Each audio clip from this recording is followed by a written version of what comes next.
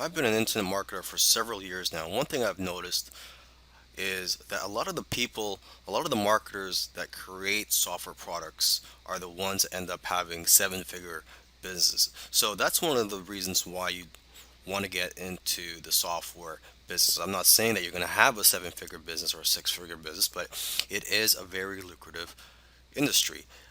Software products, they have a higher perceived value than all other forms of digital products such as ebooks, video courses, audiobooks, etc. And another advantage to getting into the software business is the barrier to entry. There's not much competition out there. If you create a software product that's, you're not going to have much competition with that compared to other forms of products. For example, if you write a how-to book on a certain topic, you're going to have lots of competition for that book. There's going to be lots of other people that's going to write something on similar topic. Okay. Now, this course will cover the following topics. It's going to cover how to come up with ideas for your software product, how to come up with the features to include in your software product, how to find software programmers to create your software product, and how to manage your project. Coming up with ideas for your software. So before you create a software product, you need to know what it's going to bring to the table. You need to know what problems it's going to solve, because that's what what software tools do, is that they solve problems or potential problems. Okay, so first let's start with ourselves. Okay, do you have a problem in your business or personal life that can be solved with a software tool? Because let's face it, if you have a problem, I'm pretty sure there's going to be other people out there with similar problems as you. Okay, so your problem is not unique to yourself. You must also know your target audience that you plan to sell your software to. So basically, it comes down to two things. Okay, consumers have a particular problem that needs to be solved, and two, they are looking for something that will make their life easier. Okay, you can also look at social media, forums, and your customer base to get an idea of what types of problems your customers or potential customers have and what they're willing to pay for. Because most of the time, people will tell you what they want, and if you give it to them, they will buy it. Okay, and oftentimes it's simply a matter of taking something that already exists and making it better, or expanding on the current software. So you got to ask yourself, what software out there has room for improvement? Okay, and you got to remember this: it's not about just creating and selling software products. There's a lot of money to be made in selling software products. Don't get me wrong, but it's also about knowing what software products to create. So that's why it's important to know your target audience and know what it's like to be in their shoes. All right, so let's talk about coming up with a list of features and details of what your software is going to include. Okay, you got to remember to keep it simple though, because it's not about how many fancy features and buttons that your software has. It's about how the software can benefit the user. Okay, because sometimes it's the most simple software that can become a best selling product. Okay, but before you can approach a software developer, you must have a list of features and details about the software product you plan to create.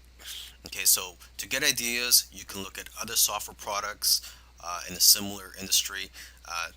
And also, what you can do is go to a website called hotscripts.com.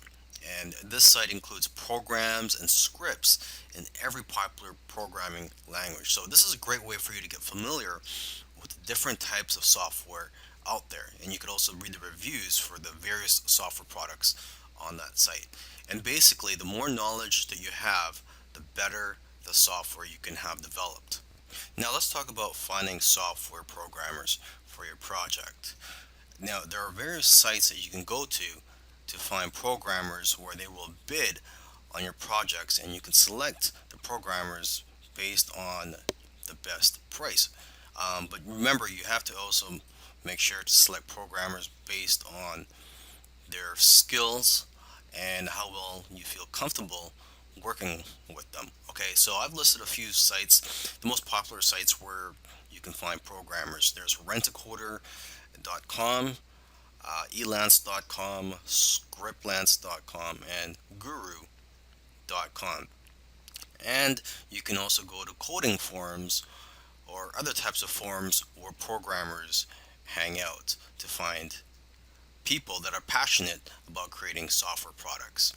Okay, so now when you visit these sites where programmers could bid on your projects, you have to know how to present your project. So make sure to first review how other people are listing your projects and how they are describing them on these sites.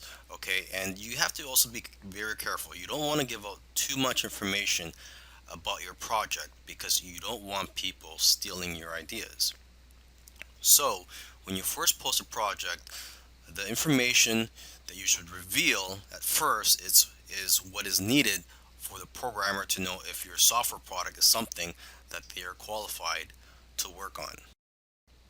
When you're working with your programmer, you have to be very clear on what you want and be specific with the details. So you have to make sure you've done your research already before you hire someone to start working on your project.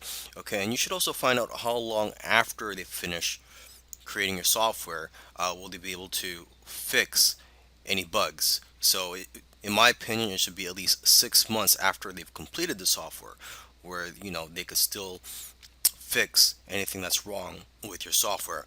Another thing you want to do when you're creating a software product is not to just outsource everything to the programmer and then just be hands off.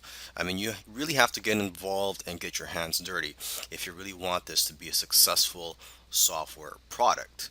Okay, and instead of just tell them to just create your software product, you should break it down into smaller tasks so that it is easier to work on, and it'll be better for you to basically monitor the progress of your software product. Okay, so for example, you can have weekly or bi-weekly tasks or goals for them to complete to make it easier for you to manage this project. Okay, and you could also encourage your programmers or coders by giving them bonuses for doing well on some of the tasks that you give them.